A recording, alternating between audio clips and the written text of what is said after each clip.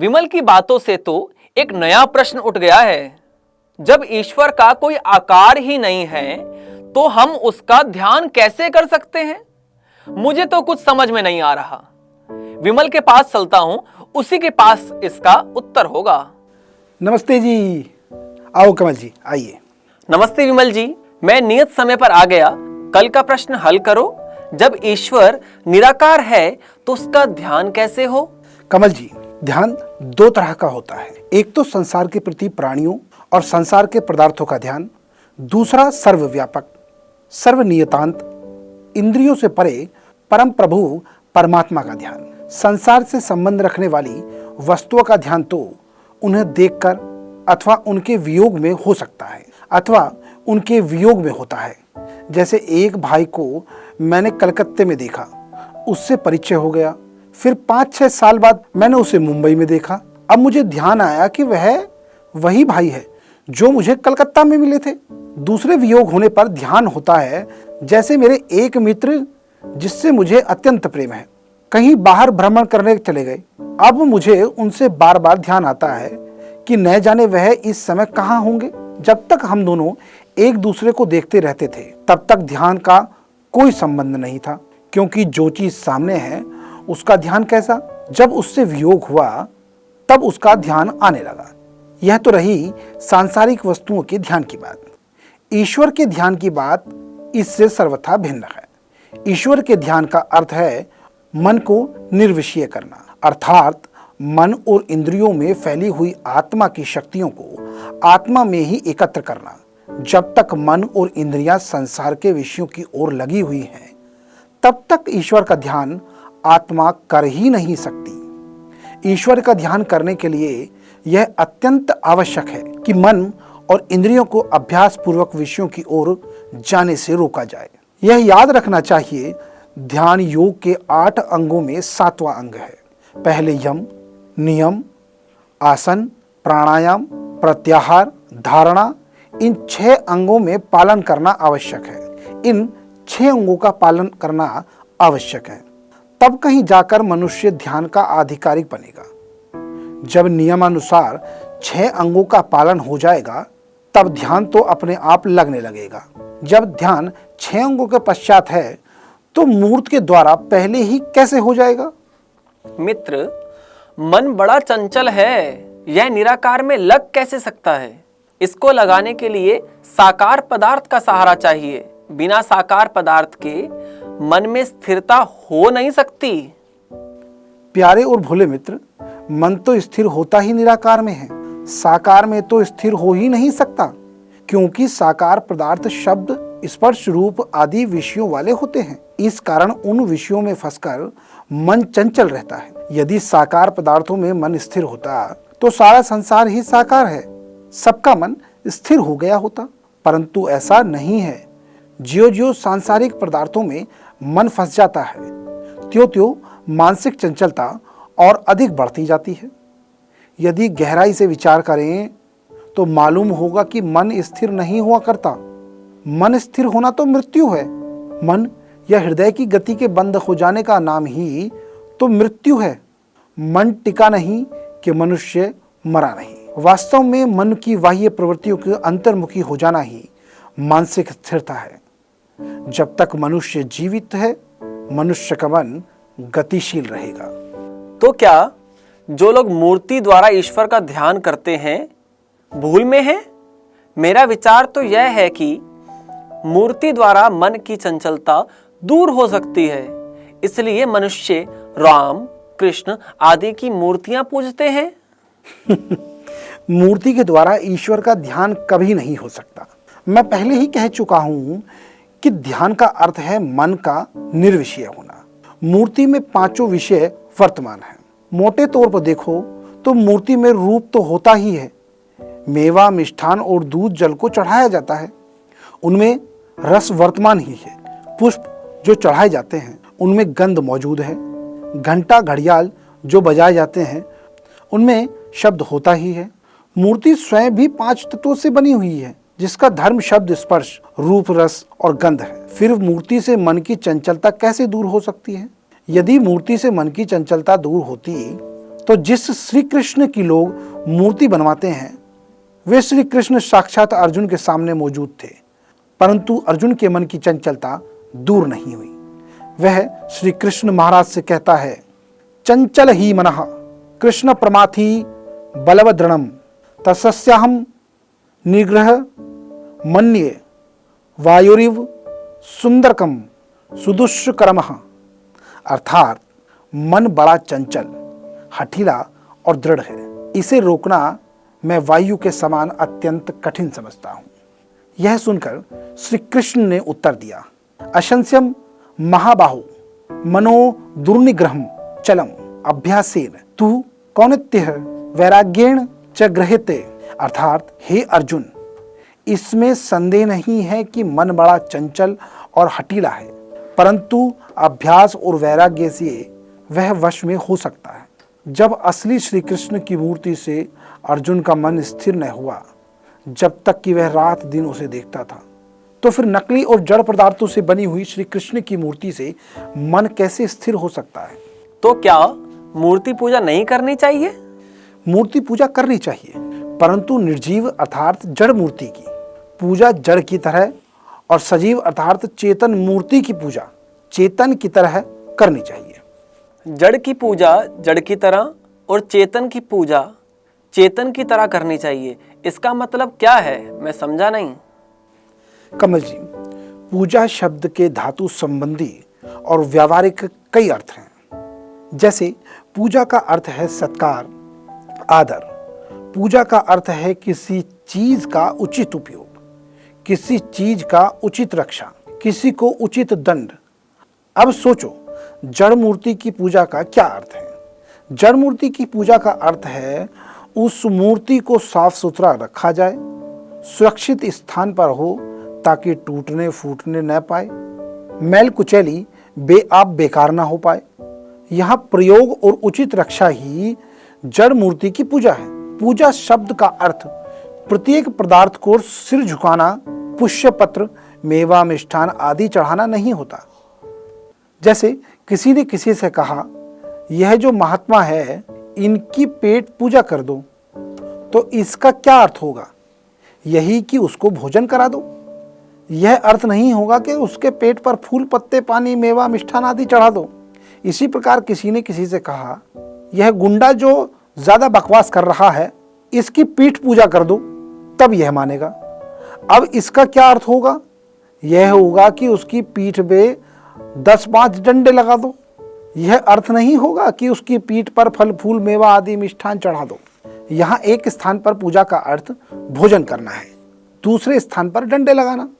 बस इसी प्रकार जड़ मूर्ति पूजा का अर्थ उसको सुरक्षित रखना होता है, उसके ऊपर सामग्री चढ़ाना और नमस्कार करना नहीं, क्योंकि उस बेजान मूर्ति में वह योग्यता है ही नहीं जो हमारी श्रद्धा भक्ति को समझ सके और मेवा मिष्ठान तथा फल फूल से लाभ उठा सके। जितनी चेतन मूर्ति है, जैसे माता पिता गुरु अतिथि सन्यासी उपदेशक तथा अन्य प्राणी, वे सब मेवा मिष्ठान फल फूल आदि से लाभ उठा सकते हैं। उनकी पूजा फल फूल मेवा मिष्ठान आदि प्रकार से विविध प्रकार के पदार्थों से करनी चाहिए। यहाँ पूजा का अर्थ आदर या सत्कार से माना जाएगा। जब ईश्वर सब जगह है तो मूर्ति भी है, फिर क्यों ना मूर्ति को पूजा जाए? पूजा करने वाले पत्थर को नहीं पूजते, उसमें व्यापक परमात्मा को ही पूजते हैं। यह सत्य है कि ईश्वर सर्वत्र होने के कारण मूर्ति में भी व्याप्त है, परंतु यह आवश्यक नहीं है कि सब जगह होने से सब जगहों में और सब चीजों में उसकी पूजा होनी चाहिए। देखो, पूजा करने वाला जीवात्मा है। पूजा करने वाले का उद्देश्य है कि ईश्वर से मेल हो जाए। मेल वहां होता है जहां मिलने वाले दोनों मौजूद हों। मूर्ति में ईश्वर तो है, पर वहां जीवात्मा तो नहीं है जिसे ईश्वर से मिलना है। फिर मिलाप हो तो कैसे? हाँ, हर मनुष्य के अपने हृदय में जीवात्मा और परमात्मा दोनों ही उपस्थित हैं। वहां दोनों का मेल अवश्य होना चाहिए। अतएव जिस मनुष्य को ईश्वर से मिलना है, उसे अपने हृदय से ही मन और इंद्रियों को वश में करके ईश्वर की पूजा करनी चाहिए। देखो, ईश्वर सब जगहों में व्यापक है। यह जानकर भी क्या सब स्थानों पर जल पीने के योग्य होता है? परमात्मा का वास शेर और सांप दोनों में है। मैं पूछता हूं, क्या शेर और सांप के पास जाना उचित होता है? इसलिए यह कहना कि परमात्मा मूर्ति में व्यापक है, इसलिए मूर्ति की पूजा करनी चाहिए, कोरी अज्ञानता और भोलापन है। परमात्मा मिश्री में भी है और विष में भी। तो क्या विष को खाना चाहिए? कदापि नहीं। खानी तो वही चीज चाहिए जो खाने योग्य है। मूर्ति पूजन करने वाले समझते तो यही हैं कि हम मूर्ति में व्यापक परमात्मा की पूजा कर रहे हैं, परंतु वास्तव में मूर्ति द्वारा व्यापक भगवान की पूजा होती नहीं। तुम कहोगे क्यों? इसलिए कि जिन पदार्थों में मूर्ति पर चढ़ाया जाता है उनमें भी परमात्मा व्यापक है। जैसे आकाश घड़ों में भी व्यापक है और ईंट में भी। अब यदि कोई मनुष्य यह चाहे कि घड़े में जो आकाश व्यापक है उसके ईंट मार दो, उसकी यह सर्वथा भूल होगी, क्योंकि व्यापक होने का कारण आकाश को ईंट लग नहीं सकता। यदि ईंट उठाकर मारेगा भी तो घड़ा ही टूटेगा, आकाश नहीं, क्योंकि आकाश तो उस ईंट में भी है। इस प्रकार जो भी पुष्य पत्र, सेवा, मिष्ठान मूर्ति में व्यापक परमात्मा पर चढ़ाया जाता है वह मूर्ति पर ही चढ़ाया जाता है, भगवान पर नहीं, क्योंकि भगवान तो उन पदार्थों में भी व्यापक है। मूर्ति पर फल, पुष्प आदि ना चढ़ाए जाए, परंतु उसको श्रद्धा पूर्वक देखने से व्यापक परमात्मा और उसकी महिमा का ज्ञान अवश्य हो जाता है। यह भी बिल्कुल उल्टी बात है। जरा सोचो तो सही कि मूर्ति को देखने से व्यापक परमात्मा और उसकी महिमा का ज्ञान कैसे हो जाता है। देखो, तिलों में तेल व्यापक है, परंतु देखने वाले को क्या दिखाई देगा? तिल या तेल? तिल ही तो दिखाई देगा, चाहे वह कितनी ही श्रद्धा और ध्यान से उसे क्यों ना देखे। तेल कब दिखाई देगा? जब उस तिलों को तोड़ा जाए, कोल्हू में पेल दिया जाए। इसी प्रकार मूर्ति में भगवान व्यापक है, परंतु देखने वाले को मूर्ति ही दिखाई देगी, भगवान नहीं।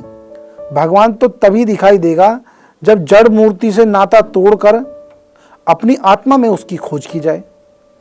रही ईश्वर महिमा के ज्ञान से होने वाली बात, सो मनुष्य की बनाई गई मूर्ति में भगवान की महिमा क्यों दिखाई देगी? उसमें तो मनुष्य की ही महिमा दिखाई देगी कि उसने किस अक्लमंदी से उसे बनाया है। हाँ, परमात्मा की बनाई हुई चीजों में परमात्मा की महानता अवश्य दिखाई देगी। तुम्हें परमात्मा की महानता देखनी है तो सारी सृष्टि का विचार पूर्वक अध्ययन करो, फिर देखो कि ईश्वर की बनाई हुई छोटी से छोटी चीज में कितनी महानता प्रकट होती है। इस मनुष्यकृत जड़ मूर्तियों में परमात्मा की महानता का कौन सा चिन्ह है जो प्रकट होता है? मित्र, फल सदैव भावना का होता है। मूर्ति को ईश्वर ना मानते हुए भी हम उसमें ईश्वर की भावना करके फल प्राप्त कर सकते हैं। दूसरे, कोई आदमी किसी स्थान पर एकदम ऊंचा नहीं चढ़ सकता, उसके लिए सीढ़ी चाहिए। मैं मूर्ति पूजन को ईश्वर प्राप्ति की पहली सीढ़ी मानता हूं। अतएव यदि कोई मनुष्य भगवान की कल्पित मूर्तियां बनाकर पूजा करता है तो इसमें कोई दोष नहीं। मित्र, तुम्हें याद रखना चाहिए, भावना किसी चीज की वास्तविकता यानी असलियत को नहीं बदल सकती। कोई मनुष्य अज्ञानतावश चूने के पानी में दूध की भावना कर ले तो क्या उसमें मक्खन निकाल सकता है? जल में अग्नि की भावना करके क्या वह सर्दी दूर कर सकता है? पत्थर में रोटी की भावना करने से क्या पेट भर सकता है? यदि भावना करने से ही प्रत्येक चीज की प्राप्ति होती तो संसार में न तो लोग दुखी देखे जाते और ना ही परिश्रम करते नजर आते। भावना तभी भावना है जब वह सत्य पर आश्रित हो, नहीं तो वह अभावना है। कोई आदमी जुलाब की गोलियों में चूर्ण की भावना करके उसे खाया जाए, कोई आदमी जुलाब की गोलियों में चूर्ण की भावना करके उसे खा जाए तो क्या उसका पेट खराब नहीं हो जाएगा? जिस चीज का जो गुण है वह उससे कैसे दूर हो सकता है? इसलिए यह कहना ही भावना करके फल प्राप्त किया जा सकता है सरासर अज्ञानता है। देखो, सोमनाथ के मंदिर के पुजारियों की जड़ मूर्ति में भावना थी कि साक्षात महादेव जी हैं। जब महमूद गजनवी ने चढ़ाई की तो पांडे और पुजारी हाथ पर हाथ रखकर बैठे रहे। कहने लगे, सब मिलकर सोमनाथ जी का जाप करो, वे स्वयं ही इन दुष्टों का संहार करेंगे, हमें लड़ने की कोई आवश्यकता नहीं है। इस भावना और विश्वास से जो परिणाम निकला, इतिहास के पढ़ने वाले उसे अच्छी तरह जानते हैं। सोमनाथ ही क्यों, इसी भावना से हजारों मंदिर की मूर्तियां तोड़ी गई। अरबों रुपयों की संपत्ति लुटेरे लूट कर विदेश चले गए, फिर भी लोगों की अंधी भावना दूर नहीं हुई। कैसे आश्चर्य की बात है कि बेजान मूर्तियां जो कुछ भी नहीं कर सकती, उनमें तो लोगों ने कर सकने की भावना रखी, और जो जानदार सब कुछ कर सकते हैं उनमें न करने की भावना रखी। हमारे देश और जाति के पतन का यही तो मूल कारण हुआ है। अब तुम समझ गए होंगे कि अज्ञानतापूर्ण भावना कितनी दुखदायक होती है। तुम्हारा जो ये कहना है कि मूर्ति पूजा ईश्वर की प्राप्ति की प्रथम सीढ़ी है, यह बात भी बिल्कुल गलत है। हाँ, चेतन मूर्तियों की पूजा तो ईश्वर प्राप्ति की प्रथम सीढ़ी किन्हीं अंशों में मानी जा सकती है, जड़ मूर्तियों की पूजा कदापि नहीं। जड़ मूर्ति हिमालय पहाड़ पर चढ़ने की चाहे भले ही पहली सीढ़ी मान ली जाए, लेकिन ईश्वर प्राप्ति की पहली सीढ़ी कैसे हो सकती है, जबकि वह ज्ञान शून्य है। कोई मनुष्य अंग्रेजी पढ़ना चाहे तो उसकी सीढ़ी ABCD आदि वर्ण होंगे। संस्कृत या हिंदी पढ़ना चाहे तो A A I आदि वर्ण की पहली सीढ़ी होगी। यदि कोई मनुष्य ABCD को प्रथम सीढ़ी मानकर संस्कृत पढ़ना चाहे तो कैसे पढ़ सकता है? अलिफ बे पे ते को पहली सीढ़ी मानकर अंग्रेजी या संस्कृत पढ़ना चाहे तो कैसे पढ़ सकता है? जो जिसकी सीढ़ी है उससे ही काम चल सकता है। ईश्वर प्राप्ति की सीढ़ियां चेतन प्राणियों की निष्काम सेवा, सत्संग, यम, नियम, आसन, प्राणायाम, प्रत्याहार, धारणा, ध्यान और समाधि है। इन पर ही लगातार चढ़ने अर्थात इनका विधि पूर्वक पालन करने से ईश्वर प्राप्ति हो सकती है। तुमने जो कहा भगवान की कल्पित मूर्तियां बनाकर पूजने में दोष ही क्या है? दोष एक नहीं, अनेक दोष हैं। पहला दोष तो यह है कि नकली चीजों में असली जैसे गुण मानकर मनुष्य अपने आप को ही धोखा देता है। पशु पक्षी कीट पतंग भी अच्छी तरह जानते हैं पशु पक्षी कीट पतंग भी अच्छी तरह से जानते हैं कि कोई भी नकली चीज असली का काम नहीं दे सकती। बिल्ली के सामने मिट्टी या रबर का चूहा बना के डाल दो, वह भी उसके ऊपर नहीं झपटेगी। भ्रमर के सामने कागज के फूल बनाकर डाल दो, वह उस पर कभी नहीं आकर बैठेगा। इस प्रकार अन्य प्राणी नकली चीजों से कभी प्रेरित नहीं करेंगे, परंतु मनुष्य जो संसार के प्राणियों में सर्वश्रेष्ठ होने का दावा करता है, नकली चीजों से यथेष्ट फल पाने की आशा करता है। भला इससे बढ़कर आश्चर्य क्या हो सकता है? दूसरा दोष यह है कि ईश्वर की कल्पित मूर्तियां बनाने वाले अपनी जैसी ही आवश्यकता ईश्वर में समझते हैं। जैसे मनुष्य भोजन की आवश्यकता अपने लिए समझता है, वैसे ही ईश्वर में समझकर भोग लगाता है। जैसे आप कपड़ा पहनना चाहते हैं, वैसे ही ईश्वर को पहनाता है। जैसे आप नहाते हैं, वैसे ही ईश्वर को भी स्नान कराता है। जैसे आप सोता है, वैसे ही ईश्वर को भी सुलाता है, जागता है, और जैसे आप आभूषण पहनता है, वैसे ही ईश्वर को भी पहनाता है। जब मनुष्य अपनी जैसी आवश्यकताएं ईश्वर में भी मानता है, तो उससे कल्याण की क्या आशा की जा सकती है? जो स्वयं ही जरूरतमंद है, वह दूसरे की जरूरत कैसे पूर्ण करेंगे? क्या अंधा अंधे को रास्ता दिखा सकता है? कदापि नहीं। तीसरा दोष यह है, ईश्वर एक है और मूर्तियां अनेक हैं, क्योंकि प्रत्येक संप्रदाय ने अपने अपने विश्वास के अनुसार मूर्तियां बनाई। आपस में सांप्रदायिक राग, द्वेष, लड़ाई झगड़ा रहता है, जिससे जातीय राष्ट्रीय संगठनों को बहुत बड़ा धक्का लगता है। ऐसे सैकड़ों दोष बताए जा सकते हैं। तो तुम्हारा मतलब यह है कि मूर्ति को ना तो बनाना चाहिए और ना पूजा करनी चाहिए।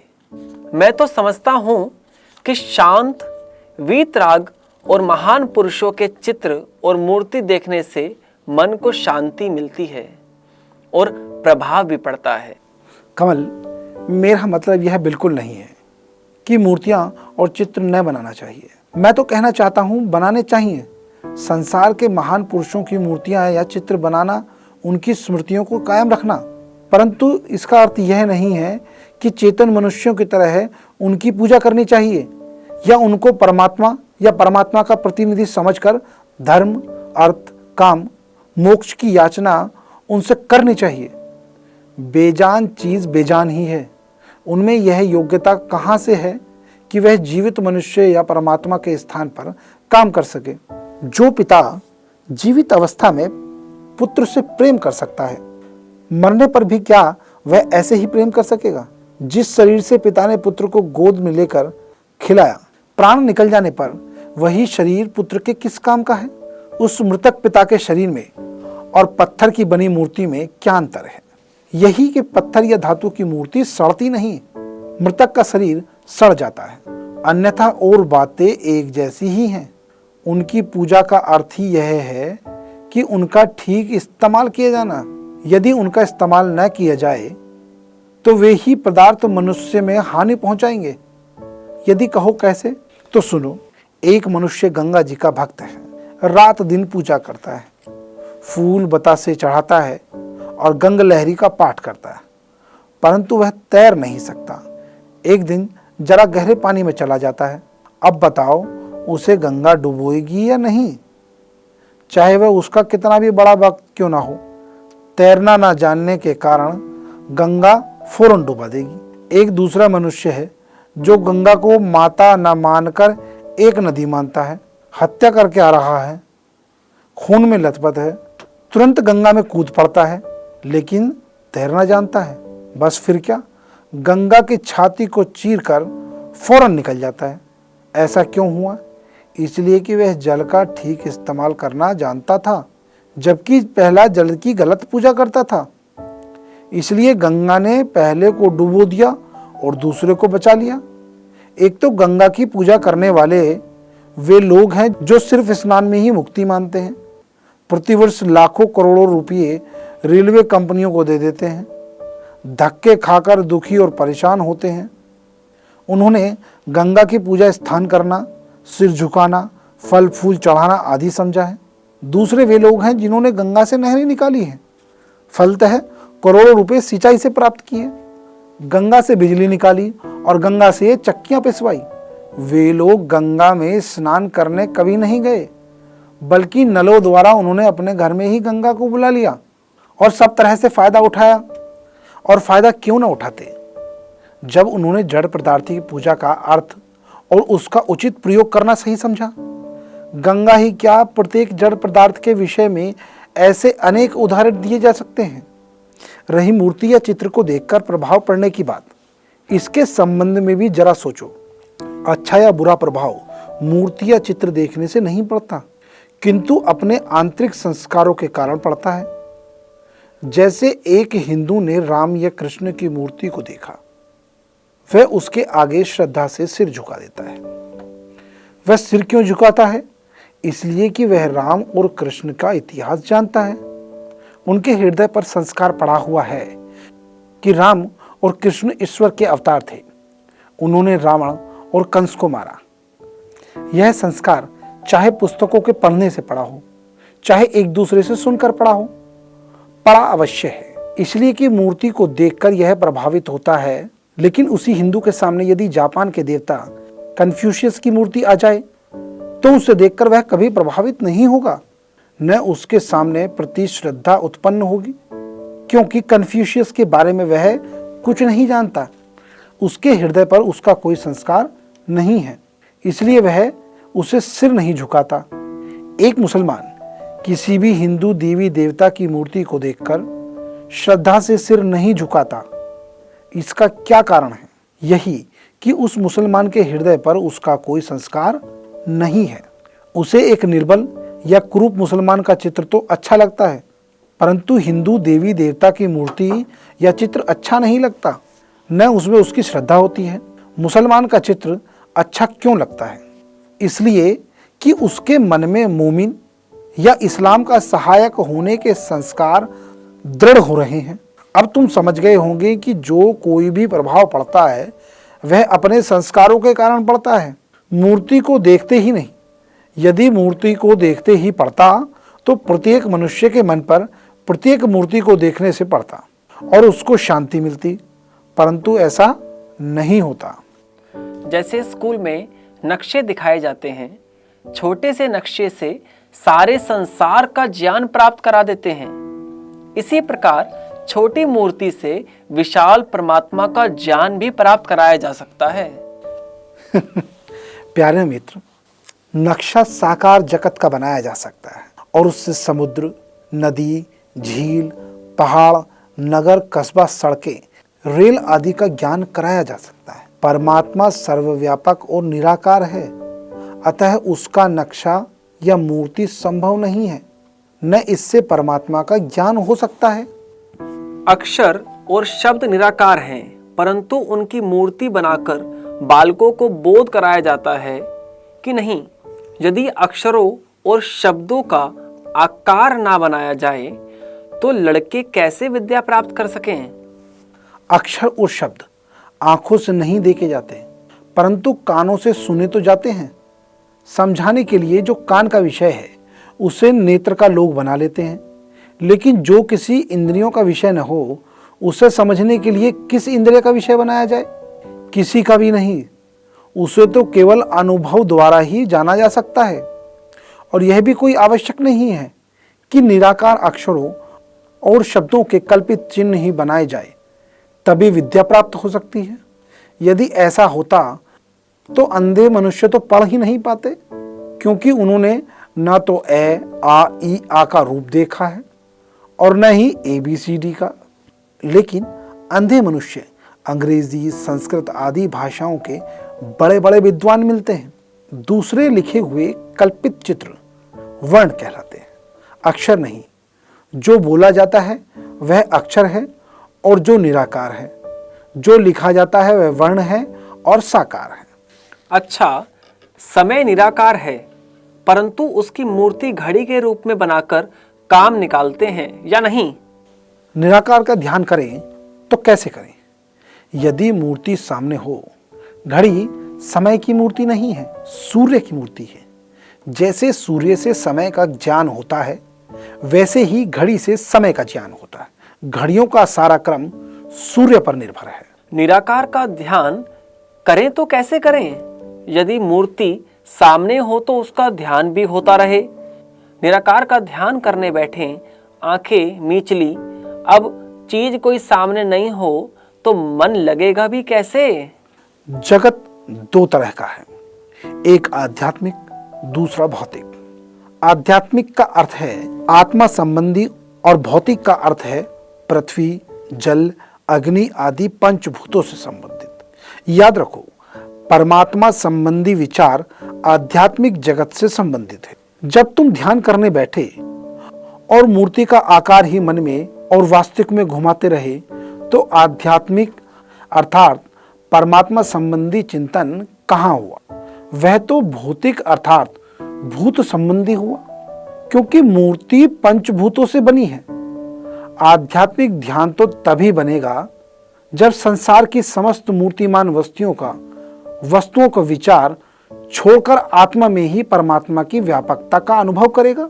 परमात्मा और आत्मा में देश काल की दूसरी नहीं, केवल ज्ञान की दूरी है। अज्ञान का पर्दा हटते ही परमात्मा का अनुभव होने लगता है। रही मन की बात, सो मन तो लगने से लगता है। जिस काम का भी अभ्यास करेंगे उसी में मन लगेगा। अभ्यास से संसार के सारे काम सिद्ध हो जाते हैं। बहुत सी स्त्रियां पानी के 2-3 घड़े सिर पर रखकर और गोद में बच्चों को लेकर आपस में बातचीत करती हुई ऊबड़ खाबड़ भूमि पर चलती जाती हैं। क्या मजाल जो एक बूंद पानी भी गिर जाए। एक नट लंबे बांस पर कई कई घंटे और दोनों हाथों में 2-2 लड़के लिए हुए सर्कसों में तार पर साइकिलें लड़कियां चलाती हैं। कुत्ते बिल्ली तक भी तो पर बंदूकें चलाते हुए देखे जाते हैं। यह सब अभ्यास का ही तो परिणाम है। दुबले पतले आदमी 4 बजे उठकर ठंड में गंगा यमुना नहाने चले जाते हैं और बड़े बड़े तंदुरुस्त 4 बजे रजाई से मुंह खोलते हुए भी घबराते हैं। क्यों?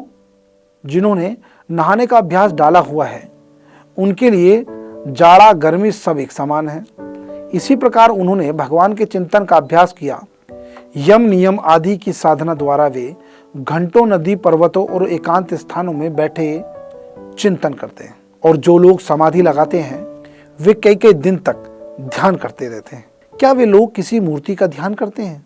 कदापि नहीं।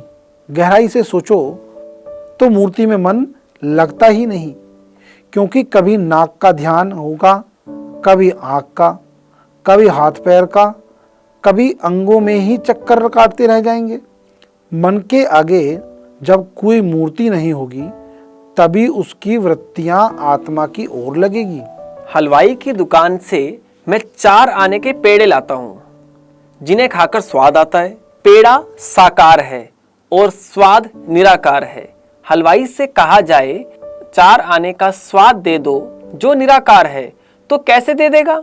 इससे पता चलता है कि साकार मूर्ति से ही निराकार परमात्मा का आनंद आ सकता है।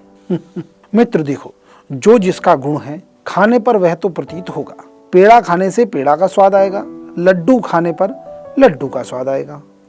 पेड़ा और स्वाद में गुण गुणी का संबंध है, न ही व्यापक और व्याप्य का। पेड़ा द्रव्य है, स्वाद उसका गुण है, परंतु मूर्ति और परमात्मा दोनों द्रव्य हैं।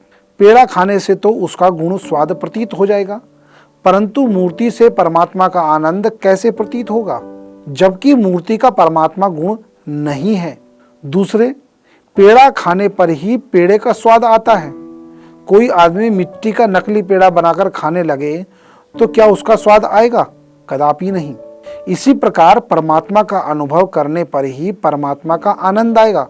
परमात्मा के स्थान पर नकली मिट्टी पत्थर के परमात्मा की मूर्ति बनाने पर परमात्मा का आनंद कैसे आएगा? जिस तरह राजा की मूर्ति के कारण नोटों और पुरुषों का व्यवहार सुखदायक है, इसी प्रकार मूर्ति की पूजा सुखदायक है। प्रथम तो राजा शरीरधारी है, उसकी मूर्ति नोटों और रुपयों पर बनाई जा सकती है। परमात्मा निराकार है, उसकी मूर्ति नहीं बन सकती। दूसरे, नोट और रुपये राजा की आज्ञा से ही, राजा के ही कारखाने में बनाए हुए सुखदायक हैं। यदि कोई मनुष्य राजा की आज्ञा के विरुद्ध जाली सिक्का अपने घर पर बनाने लगे तो जेल की हवा खाए बगैर नहीं रहेगा। इसी प्रकार परमात्मा की बनाई हुई मूर्तियों का यथा योग्य व्यवहार ही सुखदायक है। परमात्मा की आज्ञा के विरुद्ध परमात्मा के स्थान में मिट्टी पत्थर की जाली मूर्तियां बनाना और उसकी पूजा करना अनेक योनि रूप जेल खाने में जाने का प्रयत्न करता है। महाभारत में आता है, एकलव्य ने द्रोणाचार्य की मूर्ति बनाकर शस्त्र विद्या सीखी थी। द्रोणाचार्य की मूर्ति थी, तब एकलव्य ने उसकी प्रतिमूर्ति बनाई। उसने परमेश्वर के स्थान में उसकी पूजा नहीं की। दूसरे, शस्त्र विद्या मूर्ति ने नहीं सिखाई। यदि मूर्ति ही सिखलाती तो उसे अभ्यास करने की क्या आवश्यकता थी? उसने सारी शस्त्र विद्या अभ्यास से सीखी। द्रोणाचार्य को इस बात का पता भी नहीं चला। जब पता चला तो मूर्ति बनाने का फल अपना अंगूठा काट देना मिला। मूर्ति में यह योग्यता कहाँ कि वह किसी काम को सिखा सके। यदि सिखा सके तो व्यास जी की मूर्ति रखकर प्रत्येक को उससे वेद पढ़ लेना चाहिए। कुबेर की मूर्ति से प्रत्येक को धन प्राप्त कर लेना चाहिए। जड़ मूर्ति से सिवाय जड़ के अलावा और कोई गुण नहीं मिल सकता। एक बैरा अंग्रेजी में नौकरी करके अंग्रेजी बोलना सीख जाता है। हलवाई की नौकरी करके वह मिठाई बनाना सीख जाता है। अग्नि के पास बैठने से गर्मी महसूस होती है और पानी के पास बैठने से शीतलता। जिसकी संगति की जाएगी उसका गुण अपने अंदर आएगा। जड़ मूर्तियों की संगति से जड़ता आएगी। लोग पिटे, मंदिर टूटे, देश में भयंकर गुलामी और गरीबी आ गई। जड़ की संगति से आत्मविश्वास और कर्मण्यता नष्ट हुई। अच्छा, इस पर तो काफी विचार हो चुका है। अब यह बताओ, ईश्वर दयालु और न्यायकारी है या नहीं? यदि है तो दया न्याय दोनों साथ साथ कैसे रह सकते हैं? क्योंकि जब दया करेगा तो न्याय नष्ट हो जाएगा और न्याय करेगा तो दया नष्ट हो जाएगी। कमल, चलो कोई बात नहीं, इस विषय पर कल विचार करेंगे। ठीक है मित्र विमल। वेद